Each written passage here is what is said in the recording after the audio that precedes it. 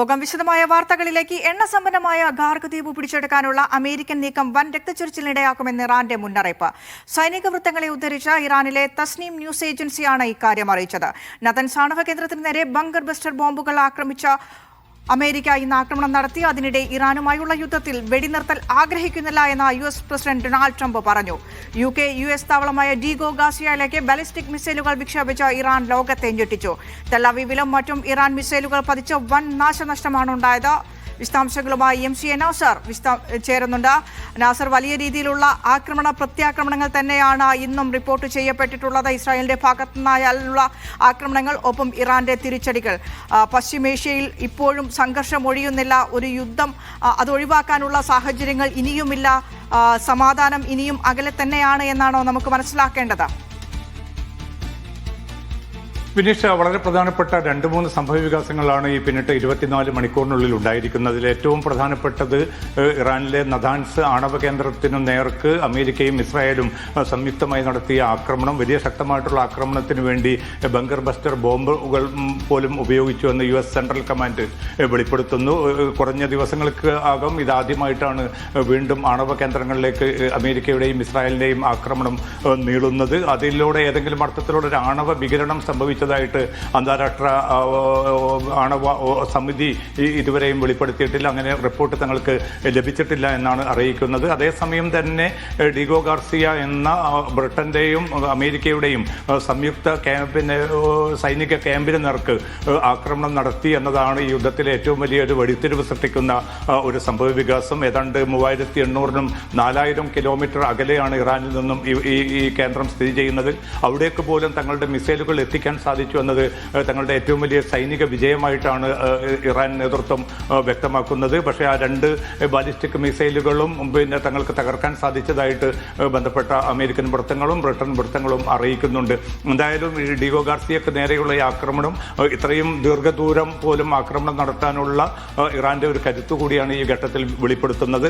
അതോടൊപ്പം തന്നെയാണ് ഇനി കൂടുതൽ ഈ ഹോർമസ് കടലിടുക്കിലേക്ക് കൂടുതൽ സംഘർഷം നീളുന്നതിന്റെ കൃത്യമായിട്ടുള്ള സൂചനകൾ വന്നു തുടങ്ങിയിരിക്കുന്നു. ഇന്നിപ്പോൾ അമേരിക്കൻ ആക്രമണം ഏറ്റവും കൂടുതൽ കേന്ദ്രീകരിച്ചതും ഹോർമസ് കടലിടുക്കിനോട് ചേർന്ന പ്രദേശങ്ങളിലാണ്. അവിടെ കപ്പൽ വേദ മിസൈലുകളും മറ്റും തകർക്കാൻ തങ്ങൾ വലിയ തോതിലുള്ള ശ്രമങ്ങൾ നടത്തിയെന്ന് US സെൻട്രൽ കമാൻഡ് വെളിപ്പെടുത്തുന്നു. അതോടൊപ്പം തന്നെ റഡാർ സംവിധാനവും സുരക്ഷാ ക്യാമറകളും ഒക്കെ തകർക്കുന്നതിൽ തങ്ങൾ വിജയിച്ചതായിട്ടും US സെൻട്രൽ കമാൻഡ് വെളിപ്പെടുത്തുന്നുണ്ട്. പക്ഷേ ഇറാന്റെ ഭാഗത്തുനിന്ന് ഏറ്റവും കൂടുതൽ ശക്തമായിട്ടുള്ള ആക്രമണം ഉണ്ടായത് ഇന്ന് ഇസ്രായേലിന് നേർക്ക് തന്നെയാണ്.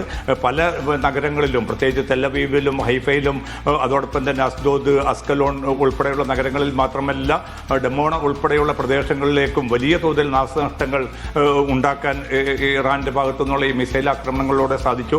അല്പം മുമ്പ് ഒരു കെട്ടിടം തന്നെ ഡിമോണ പ്രദേശത്ത് തകർന്നടിഞ്ഞതായിട്ടുള്ള റിപ്പോർട്ടുകളാണ് ഇപ്പോൾ പുറത്തു വരുന്നത്. ഏറ്റവും ചുരുങ്ങിയത് 20 പേർക്ക് പരിക്കേറ്റിട്ടുണ്ട്. ആ പരിക്കേറ്റവരുടെ ചിലരുടെയൊക്കെ നില ഗുരുതരമാണെന്ന് കൂടി ഇസ്രായേൽ സൈനിക നേതൃത്വം അറിയിക്കുന്നുണ്ട്. അപ്പം കൂടുതൽ രൂക്ഷമായിട്ടുള്ള അവസ്ഥയിലേക്ക് ഈ ആക്രമണം നീളുന്നു. അതേസമയം ഗൾഫ് രാജ്യങ്ങളെ സംബന്ധിച്ച് നോക്കുകയാണെങ്കിൽ ഖത്തറിലേക്ക് ഇന്ന് ആക്രമണം ഉണ്ടായിട്ടില്ലെന്ന് അവിടെ നിന്ന് റിപ്പോർട്ടുകൾ പുറത്തു വരുന്നുണ്ട്. അതേസമയം UAE, ബഹ്റൈൻ, കുവൈത്ത് ഉൾപ്പെടെയുള്ള രാജ്യങ്ങൾക്ക് നേരെ നടന്ന ആക്രമണങ്ങൾ പൂർണ്ണമായിട്ടും പ്രതിരോധിക്കാൻ തങ്ങൾക്ക് സാധിച്ചതായിട്ട് 3 ഇടങ്ങളിലെയും പ്രതിരോധ മന്ത്രാലയവും വ്യക്തമാക്കുന്നുണ്ട്.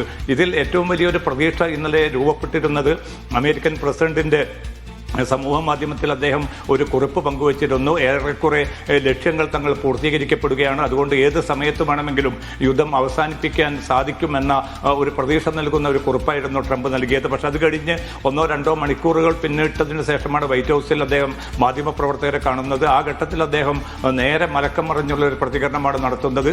കാരണം ഈ ഇറാനുമായിട്ട് ഒരു നിലയ്ക്കുള്ള വെടിനിർത്തൽ കരാറിനും താൻ ഒരുക്കമല്ല, യുദ്ധം തുടരുമെന്ന കൃത്യമായിട്ടുള്ള സൂചന ട്രംപ് നൽകി. ഇതിന് മറുപടി എന്നോണം ഇറാന്റെ ഭാഗത്തുനിന്നും തങ്ങൾ ആരോടും വെടിനിർത്തൽ കരാർ വേണമെന്ന് ആവശ്യപ്പെട്ടിട്ടില്ല. തങ്ങൾ ആവശ്യപ്പെടുന്നത് സമഗ്രവും സമ്പൂർണവുമായിട്ടുള്ള ഒരു യുദ്ധവിരാമമാണ്. ഒരിക്കലും ഭാവിയിൽ തങ്ങളെ ആക്രമിക്കുകയില്ല എന്ന് അന്തർദേശീയ സമൂഹം രേഖാമൂലം തന്നെ ഉറപ്പു നൽകുകയാണെങ്കിൽ മാത്രമേ ഒരു വെടിനിർത്തൽ എന്നൊരു സംജ്ഞ പോലും തങ്ങൾ ഉപയോഗിക്കാൻ ആഗ്രഹിക്കുന്നുള്ളൂ എന്നാണ് ഇറാൻ നേതൃത്വം വ്യക്തമാക്കിയത്. Iran president Masoud Pezeshkian Indian പ്രധാനമന്ത്രി നരേന്ദ്രമോദിയുമായിട്ടും ടെലിഫോണിൽ സംസാരിച്ച ഘട്ടത്തിലും ഇതേ ആവശ്യമാണ് തങ്ങൾ നരേന്ദ്രമോദിക്ക് മുമ്പാകെയും വ്യക്തമാക്കിയതെന്ന് ഇറാൻ വാർത്താ ഏജൻസി റിപ്പോർട്ട് ചെയ്യുന്നുണ്ട്. അപ്പോൾ വിനീഷ് ചോദിച്ചതുപോലെ ഏതെങ്കിലും അർത്ഥത്തിൽ ഈ 22ാം ദിവസത്തിലെത്തി നിൽക്കുമ്പോൾ ഈ സംഘർഷത്തിൽ അയവുണ്ടോ എന്ന് ചോദിച്ചാൽ ഇല്ല എന്നത് തന്നെയാണ് ഉത്തരം. പക്ഷേ മധ്യസ്ഥ നീക്കങ്ങൾ ചൈന, റഷ്യ, തുർക്കി, ഫ്രാൻസ് ഉൾപ്പെടെയുള്ള രാജ്യങ്ങളുടെ മേൽനോട്ടത്തിൽ ചെറിയ ചില നീക്കങ്ങൾ നടക്കുന്നുണ്ട്. പക്ഷെ അത് പ്രായോഗിക തലത്തിൽ